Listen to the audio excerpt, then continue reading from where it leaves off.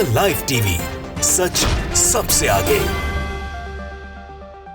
नमस्कार, the live TV आप देख रहे हैं। आपके साथ मैं हूं आदित्य कुमार।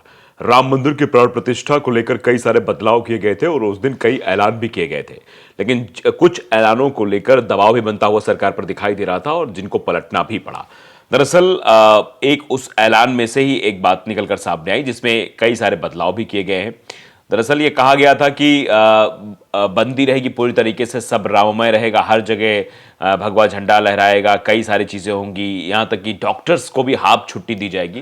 तो आप जानते हैं कि मतलब डॉक्टर्स का काम ऐसा होता है जिससे छुट्टी लेना तो लाजमी हो ही नहीं सकता, क्योंकि वही डॉक्टर कई लोगों की ज़िंदगी बचाता है। भगवान के बाद दूसरा स्वरूप जिसको कहा गया वो डॉक्टर कहा गया है, क्योंकि डॉक्टर को भगवान का दूसरा रूप कहा जाता है। अब दिल्ली एम्स में 22 जनवरी को हाफ डे की छुट्टी कैंसिल, यानी हाफ डे कहा जा रहा था कि डॉक्टर्स को भी हाफ डे दिया जाएगा, क्योंकि उस दिन राम मंदिर की प्राण प्रतिष्ठा होनी। दरअसल इसे बड़ा आयोजन बनाने की कोशिश है कि इसे बड़ा आयोजन बनाया जाए, भव्य आयोजन बनाया जाए, और इस आयोजन के पीछे का जो राजनीतिक मतलब है वो भी जो राजनीतिक विशेषज्ञ है वो समझ रहे हैं कि इस आयोजन को भव्य बनाने का मतलब सिर्फ इतना है कि इसका राजनीतिक फायदा लिया जा सके। रामलला की प्राण प्रतिष्ठा के लिए छुट्टी दी थी, विवाद के बाद यह फैसला फिलहाल हटा लिया गया। यह फैसला अब लागू नहीं होगा, ये सीधे तौर पर बात निकलकर सामने आई है। तो इसको समझना भी जरूरी कि आखिरकार इतना बड़ा फैसला लिया क्यों गया, और डॉक्टर्स का आप जानते हैं कि डॉक्टर का छुट्टी ले लेंगे तो लोगों का इलाज कैसे होगा। अयोध्या में 22 जनवरी को रामलला की प्राण प्रतिष्ठा समारोह के लिए दिल्ली एम्स ने हाफ डे की छुट्टी का फैसला ले लिया है। विपक्षी नेताओं ने अस्पताल के फैसले का विरोध किया था, साथ ही सोशल मीडिया पर भी लोग इसका विरोध कर रहे थे कि ऐसा कैसे संभव है। भाई, राम मंदिर की प्राण प्रतिष्ठा होनी अच्छी बात है, लेकिन ऐसे में छुट्टी किसी को दे देना, हाफ डे आप करिए, हाफ डे बाद आप घर जाइए, पूजा पाठ में सम्मिलित हो, या आमतौर पर ऐसे भी सम्मिलित हो सकते हैं, लेकिन ये छुट्टी देने का तुक बन नहीं रहा था, तो इसका विरोध होने लगा। प्राण प्रतिष्ठा समारोह के लिए दिल्ली एम्स समेत बड़े अस्पतालों ने शनिवार को हाफ डे छुट्टी घोषित की थी। सफदरजंग, राम मनोहर लोहिया और लेडी हार्डिंग समेत भुवनेश्वर के एम्स ने भी हाफ डे की घोषणा की। यानी अगर एम्स के डॉक्टर्स हाफ डे ले लेंगे तो फिर क्या हाफ डे बाद लोग बीमार नहीं पड़ेंगे, या कोई अकस्मात दुर्घटना नहीं हो सकती है? कुछ भी हो सकता है, लेकिन ये हाफ डे की घोषणा कर दी गई थी। 20 जनवरी को जारी नोटिफिकेशन के मुताबिक इन पांचों अस्पताल में दोपहर 2:30 बजे तक ओपीडी की सुविधा नहीं मिलेगी, लेकिन इमरजेंसी सेवा चालू रहेगी। एम्स ने अपने कर्मचारियों के लिए एक नोटिस जारी कर बताया कि सोमवार को इंस्टीट्यूट 2:30 बजे तक बंद रहेगा। सभी डिपार्टमेंट हेड्स अपने कर्मचारियों को इसकी जानकारी दें, यानी ये ऐलान कर दिया गया था। शिवसेना उद्धव गुट की राज्यसभा सांसद प्रियंका चतुर्वेदी ने सोशल मीडिया पर इस फैसले का विरोध करते हुए तंज भी कसा। प्रियंका ने लिखा, हेलो इंसानों, कृपया 22 तारीख को मेडिकल इमरजेंसी में ना जाएं। यानी आपको किसी प्रकार की अगर मेडिकल इमरजेंसी होती है, कोई दिक्कत परेशानी होती है, तो आप अस्पताल ना जाएं। आप इसे दोपहर 2 बजे के बाद शेड्यूल कर लें। आपके पास जो इमरजेंसी है उसको आप दोपहर 2 बजे 2:30 बजे के बाद जब अस्पताल खोलेगा तब रखें, ताकि एम्स दिल्ली मर्यादा पुरुषोत्तम राम के स्वागत के लिए समय निकाल ले।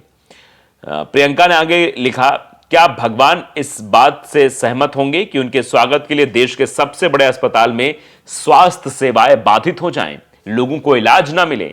ये तो कतई भगवान राम भी नहीं चाहेंगे कि जिस दिन हमारी प्राण प्रतिष्ठा हो रही हो उस दिन पूरा कामकाज सब ठप हो जाए, स्वास्थ्य सेवाएं बदहाल हो जाएं। हे राम, हे राम। एम्स दिल्ली के 2 लेटर, पहले छुट्टी का फैसला फिर वापस। कांग्रेस ने इसको तुगलकी फरमान बताया कि एक तुगलकी फरमान दिया गया है लोगों के दिमाग में, जहन में यह बात भरने के लिए और इसको ऐतिहासिक बनाने के लिए और इतिहास में नाम दर्ज कराने के लिए। क्या यह सब कुछ हो रहा है?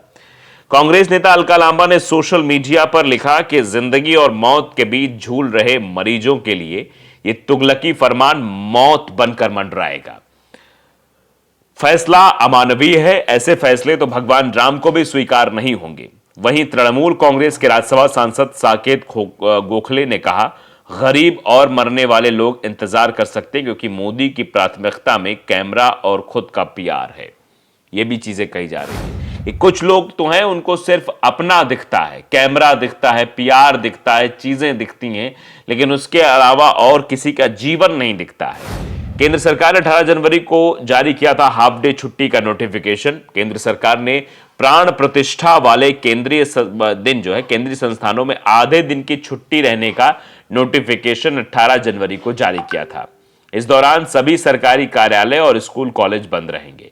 ऐसा इसलिए ताकि रामलला की प्राण प्रतिष्ठा कार्यक्रम को वो लोग लाइव देख सके। इन राज्यों में भी प्राण प्रतिष्ठा के दिन छुट्टी रहेगी। अब तक 5 राज्यों ने 22 जनवरी को प्राण प्रतिष्ठा के दिन सार्वजनिक अवकाश की घोषणा कर दी है। इनमें यूपी, गोवा, मध्य प्रदेश, छत्तीसगढ़ और हरियाणा शामिल हैं और ये पांचों राज्य भारतीय जनता पार्टी शासित राज्य हैं। राजस्थान सरकार की पहली कैबिनेट मीटिंग आज यानी 18 जनवरी को होगी, जिसमें 22 जनवरी को लेकर सरकारी आवास को लेकर फैसला हो सकता है, क्योंकि वहां भी भारतीय जनता पार्टी की सरकार है। मध्य प्रदेश में मुख्यमंत्री मोहन यादव ने लोगों से कहा कि 22 जनवरी को त्योहार की तरह मनाएं। साथ ही यह भी कहा कि राज्य में इस दिन सभी सरकारी कार्यालय और स्कूलों में सार्वजनिक छुट्टी रहेगी। वहीं राज्य में शराब और मीट की दुकानों को बंद रखने का भी आदेश दिया गया है। राज्य सरकार के आदेश के मुताबिक उत्तर प्रदेश में 22 जनवरी को सभी सरकारी कार्यालयों और शिक्षण संस्थानों में छुट्टी रहेगी। मुख्यमंत्री योगी आदित्यनाथ ने राज्य में 22 जनवरी को दिवाली की तरह ही उत्सव मनाने की अपील की है। गोवा में उत्तर प्रदेश के ही तर्ज पर गोवा में भी 22 जनवरी को सार्वजनिक छुट्टी की घोषणा की गई है। मुख्यमंत्री प्रमोद सावंत ने आदेश जारी करते हुए कहा कि पूरे देश में रामलला की प्राण प्रतिष्ठा को लेकर उत्साह है। ऐसे में गोवा में भी सभी सरकारी कार्यालयों और स्कूलों में छुट्टियां की जाती हैं, ताकि लोग इस पर्व को मना सकें और अपना पार्टिसिपेशन दे सकें। छत्तीसगढ़ में राज्य सरकार ने भी प्राण प्रतिष्ठा को लेकर घोषणा की है। सरकार ने पूरे राज्य में सभी शासकीय व प्राइवेट स्कूलों को बंद रखने का आदेश दे दिया है और साथ ही साथ कहा है कि छत्तीसगढ़ भगवान राम का ननिहाल है। इस वजह से अयोध्या में होने वाले इस आयोजन को लेकर पूरे राज्य में भारी उत्साह देखने को मिल रहा है। छुट्टी के ऐलान के साथ ही 7 राज्यों की राज्य सरकारों ने अपने प्रदेश में ड्राई डे की घोषणा कर दी है, यानी उस दिन शराब नहीं मिलेगी। यानी रामलला की प्राण प्रतिष्ठा वाले दिन शराब की दुकानें बंद रहेंगी। इनमें यूपी, राजस्थान, असम, छत्तीसगढ़, उत्तराखंड, मध्य प्रदेश और हरियाणा शामिल हैं। इन सभी राज्यों के मुख्यमंत्रियों ने आधिकारिक तौर पर ऐलान किया कि प्रदेश में ड्राई डे रहेगा। साथ ही लोग अपने घर और आसपास के मंदिरों में दीप जलाकर दीपोत्सव भी मनाएंगे। तो ये चीजें हुई। अयोध्या में भगवान श्री राम के प्राण प्रतिष्ठा को लेकर केंद्र सरकार ने 22 जनवरी को केंद्रीय कर्मचारियों के लिए हाफ डे की छुट्टी घोषणा की। केंद्र सरकार ने इस फैसले के बाद बिहार में राम के नाम पर छुट्टी की मांग की जा रही है। बिहार ने राज्य सरकार से इस दिन छुट्टी घोषित करने की मांग की है।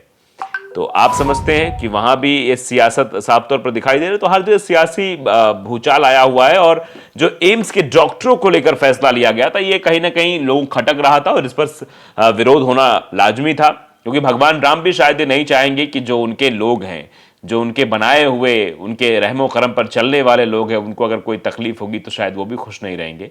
और जो भगवान का दूसरा रूप है डॉक्टर्स, अगर डॉक्टर्स ही आधे दिन बाद आएंगे और कोई मेडिकल इमरजेंसी पहले हो जाएगी तो बड़ी समस्या खड़ी हो जाएगी। उस मेडिकल इमरजेंसी के समय डॉक्टर का होना बहुत ज़रूरी है और अगर वो नहीं रहेगा तो आप समझ सकते हैं कितनी बड़ी समस्या जो है लोगों के सामने खड़ी हो जाएगी। वो इलाज के लिए तरसेंगे। वो सबसे बड़ा संस्थान एम्स जैसे संस्थान, जहां पर पूरे देश से लोग अपना इलाज कराने के लिए आते हैं, लाइन में लगे रहते हैं, अपनी बारी का इंतजार करते हैं, अस्पताल के बाहर कहीं ना कहीं वैन बसेरों में अपना जीवन यापन करते हैं कि उनको इलाज मिल सके।